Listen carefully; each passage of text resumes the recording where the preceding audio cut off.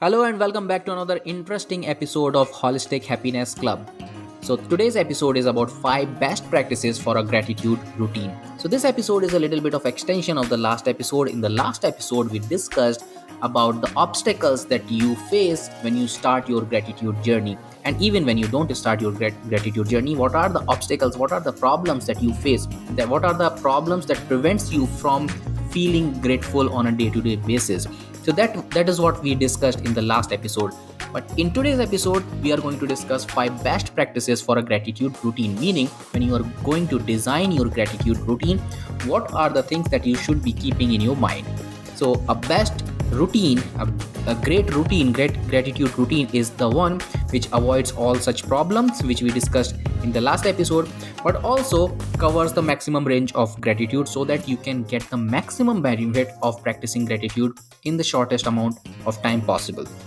So that is what today's episode is all about. We will dive deep into these 5 best practices for a gratitude routine. But before starting the episode, I just want to say thank you so much. Thank you so much to each one of you who decided to tune into Holistic Happiness Club, who decided that you are going to spend next few minutes with me and with Holistic Happiness Club. And a special thank you to each one of you who tune into Holistic Happiness Club every single week.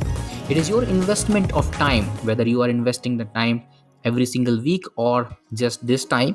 This is the investment that is the fuel of Holistic Happiness Club. That is the motivation that I get to come up with the best kind of content possible to give you the best value of your time invested in Holistic Happiness Club. So thank you so much. Keep supporting, keep motivating me, and keep supporting Holistic Happiness Club. Thank you so much, and without further delay, let's dive into the episode.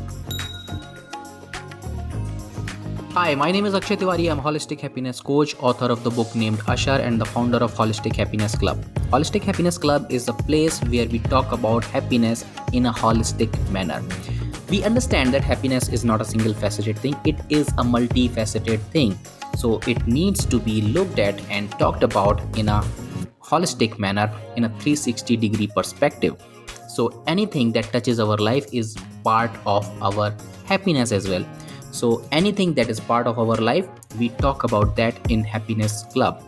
So be it relationship, be it your health, be it your finances, be it your productivity, career, wealth, or anything else that is connected to your life, that is connected to your happiness, is part of Holistic Happiness Club as well. More about me and more about Holistic Happiness Club at the end of the episode, but for now, sit back, relax, and enjoy the episode of the day.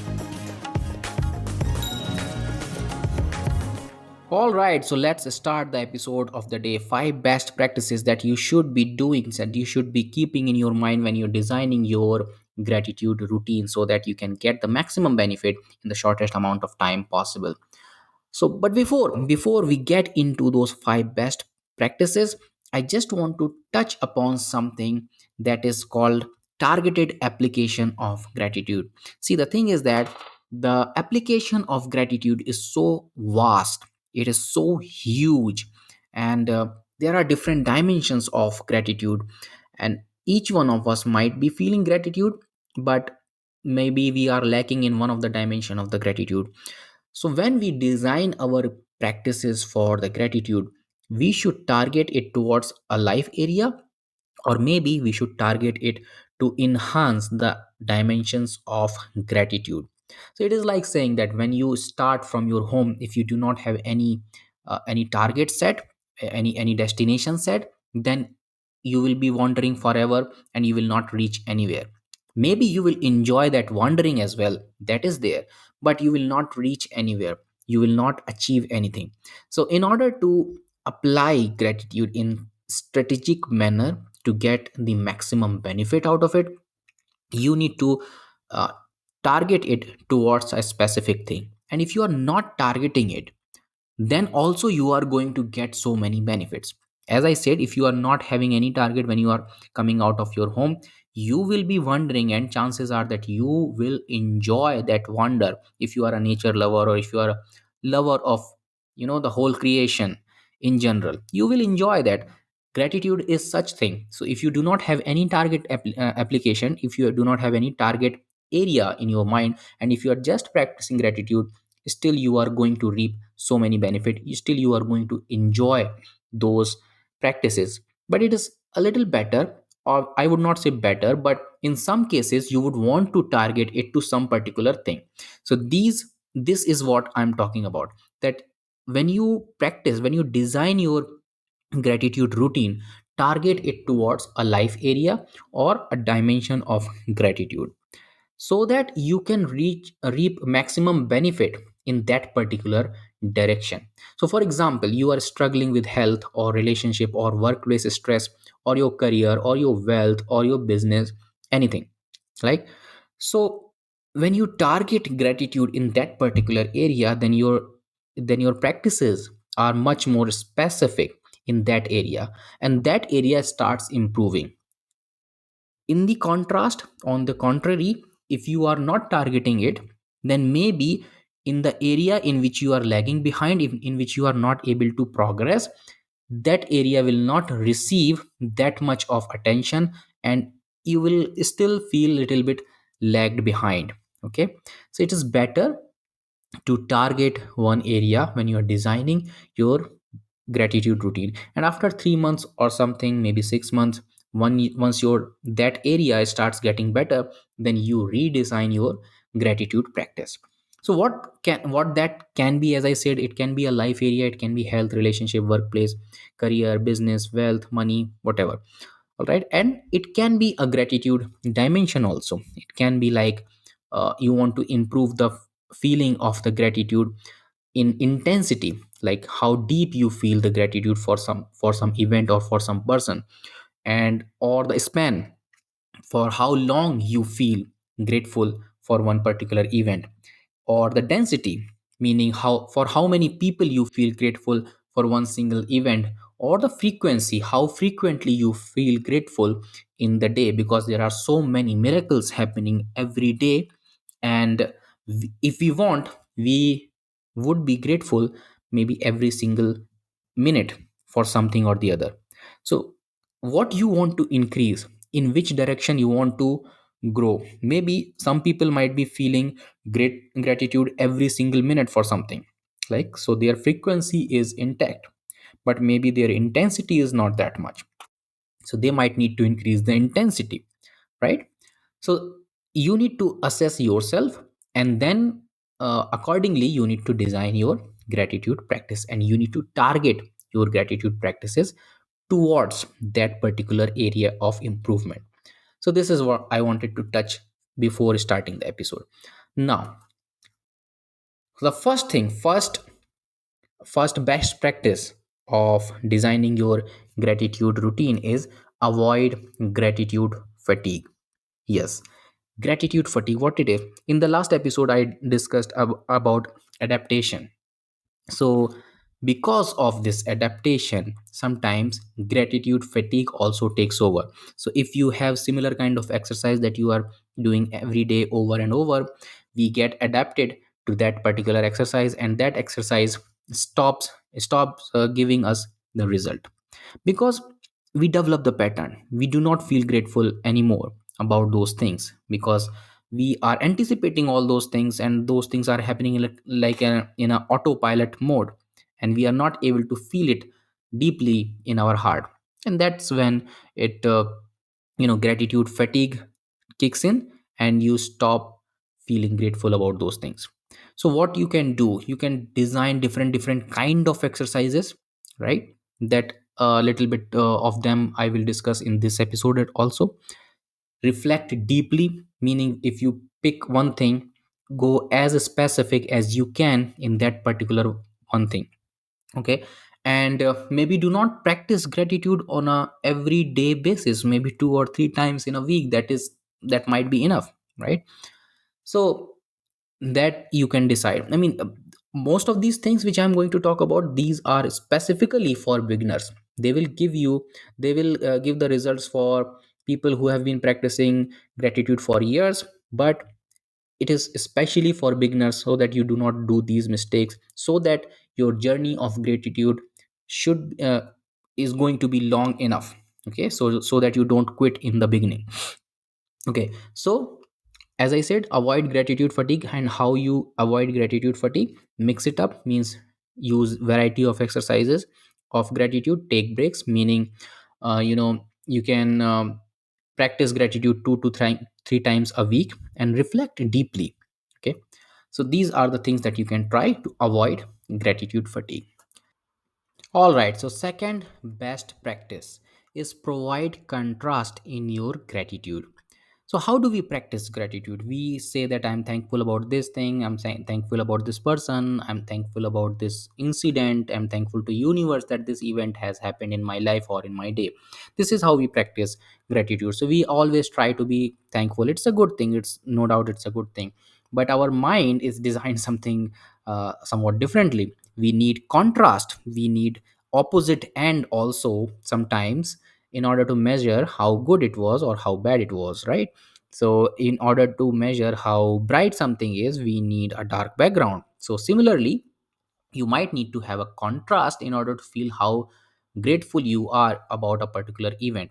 So how you can provide the contrast? So let's say that you are let's say that you are grateful about the technology, about mic, about laptop, about internet, and that you are able to do so many things with the help of technology. Let's say the technology is not there, it is absent in your life, right? Then how your life will turn out to be? Imagine that.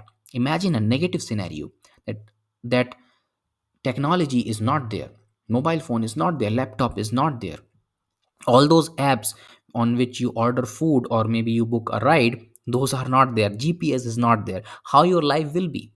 Imagine that. And then you will be able to feel more grateful about those things. And similar thing you can do with anything that you have in your house or in your life. Let's say that you do not have so many clothes that you have, right? Maybe you are down to two pairs. How your life will turn out to be? If imagine that you do not have a vehicle, imagine that you do not have a friend.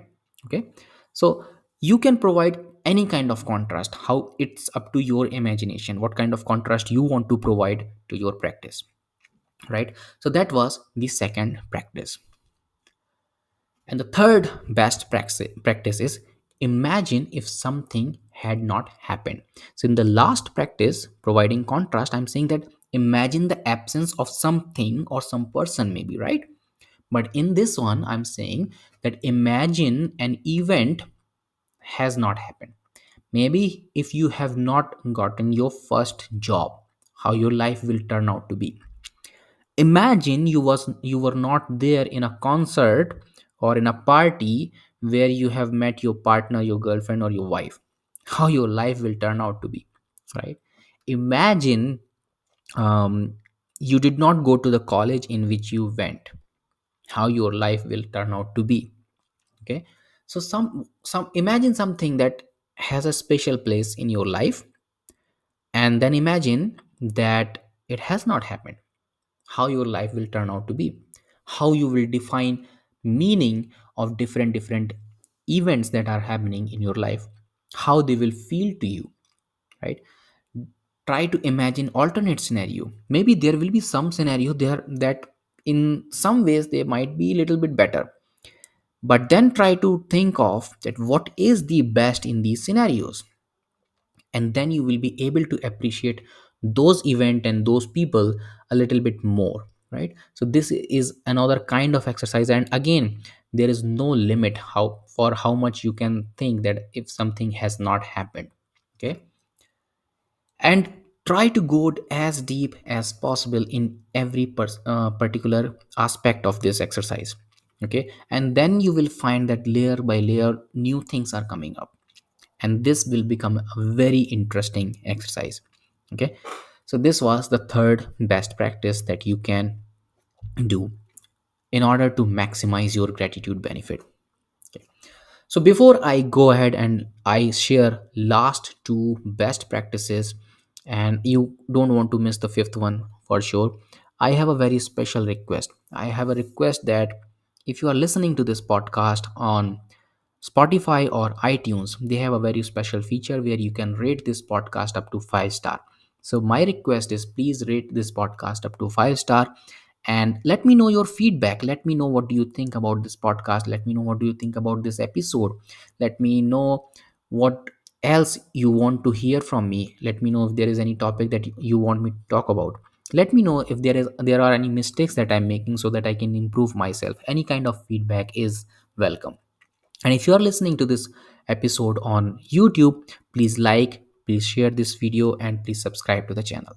Thank you so much. This was the special request, and let's move forward with the fourth best practice.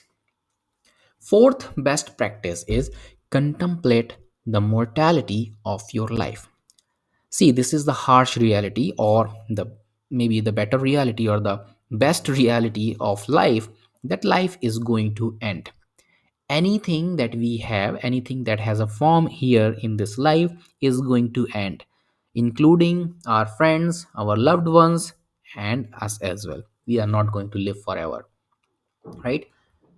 But especially when we are in our youth, and also when we are not in our youth, we live like we are never going to die. We worry too much about tomorrow, that as if we are never going to die, we are always going to be here, right? So in that sense, this exercise comes very, I mean, it provides a very beautiful perspective towards your daily routine. Okay, so this exercise, this kind of exercise can be done in two ways.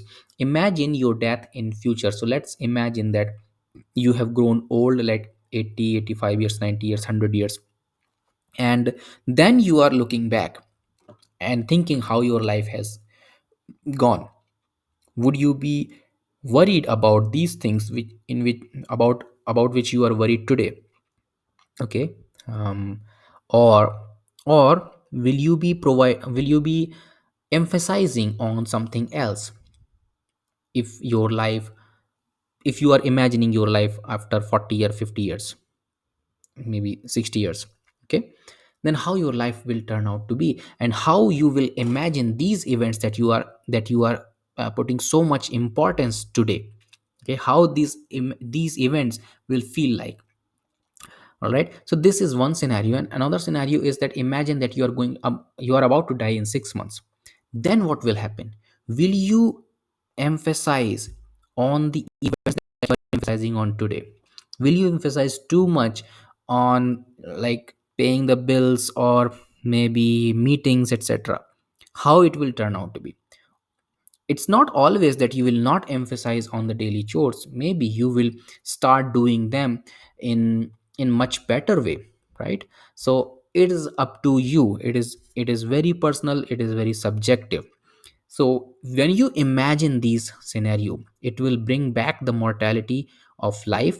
It adds that because we are here for a limited time, we may as well use this time in a best possible manner.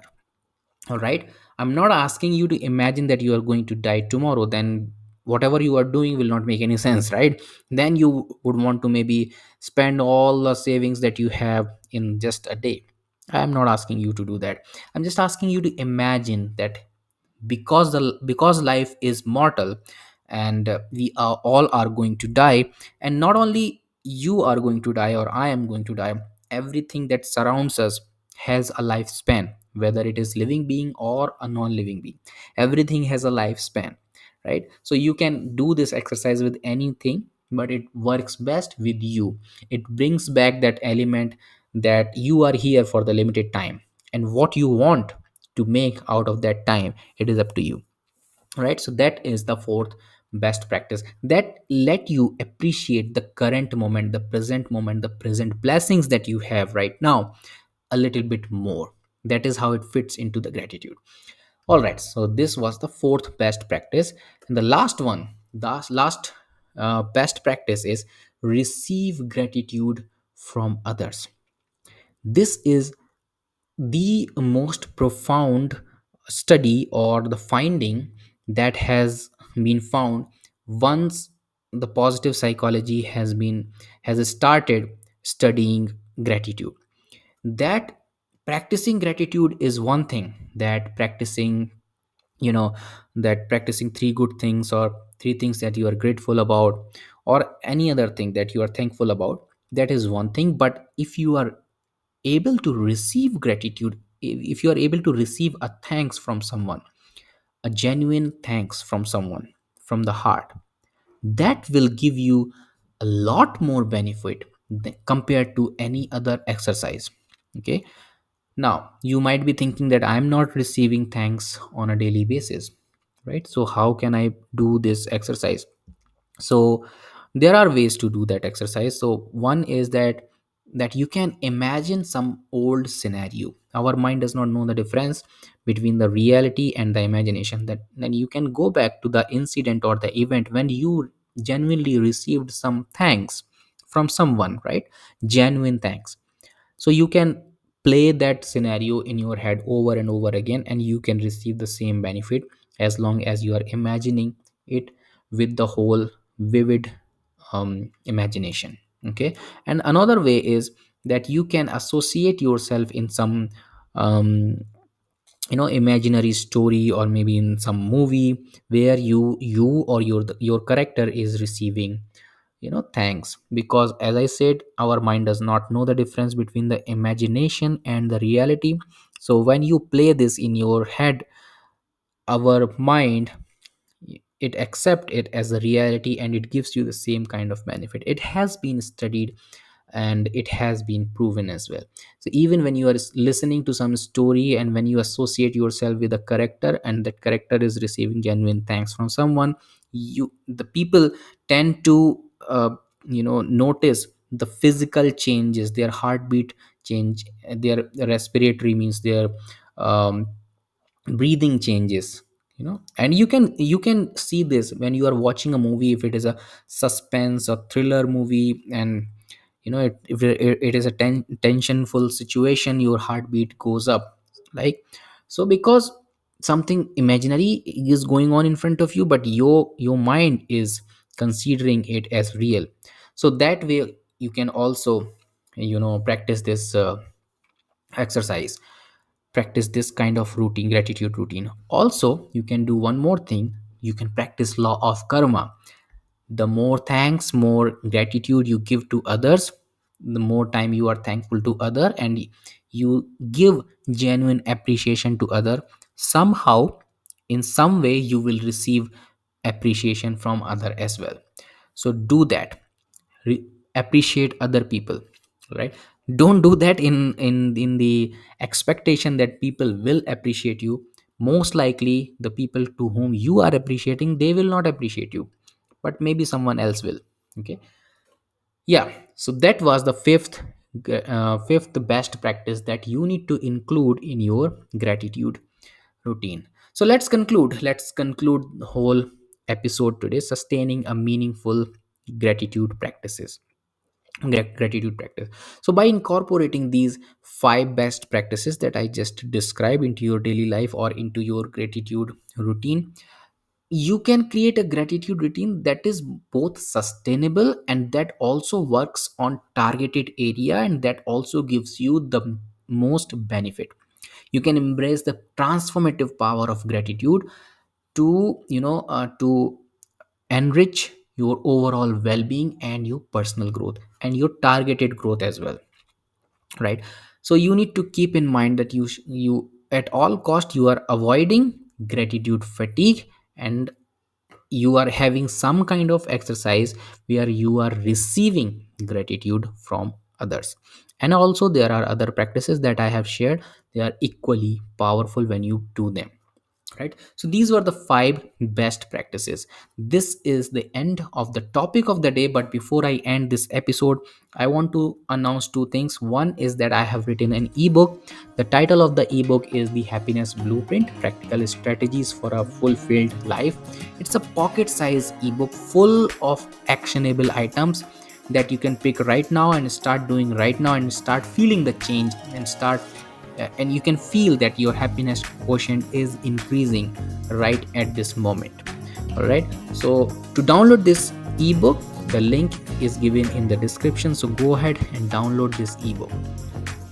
And if you want to connect with me on a one-to-one basis, you want to discuss your roadblocks for your happiness, growth and success, we can do that on a one-to-one basis, and we can design together your personal happiness blueprint, your personal success blueprint. Okay, to connect with me on a one-to-one basis, the link is again given in the description. You can follow the link and you can book a call with me. And if you want to connect with me on social media, then Instagram is the place. Happiness Architect is my Instagram handle.